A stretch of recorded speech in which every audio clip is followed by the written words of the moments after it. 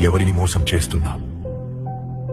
నాలుగు గోడల మధ్య నీవు చేసే చీకటి పనులు దేవుడు చూడలేదనుకుంటున్నావా? బయటకి భక్తుడిలా నటిస్తూ లోపల కుళ్ళిపోయిన శవంలా మారుతున్నావు. నీ అసలు స్వరూపం చూసి నీకైనా అసహ్యం వేయడం లేదా? విను, లేఖనం ఏం చెబుతుందో విను.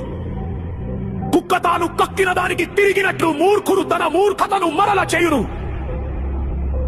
మళ్ళీ అదే పాపం, మళ్ళీ అదే అబద్ధం, మళ్ళీ అదే వ్యభిచారం.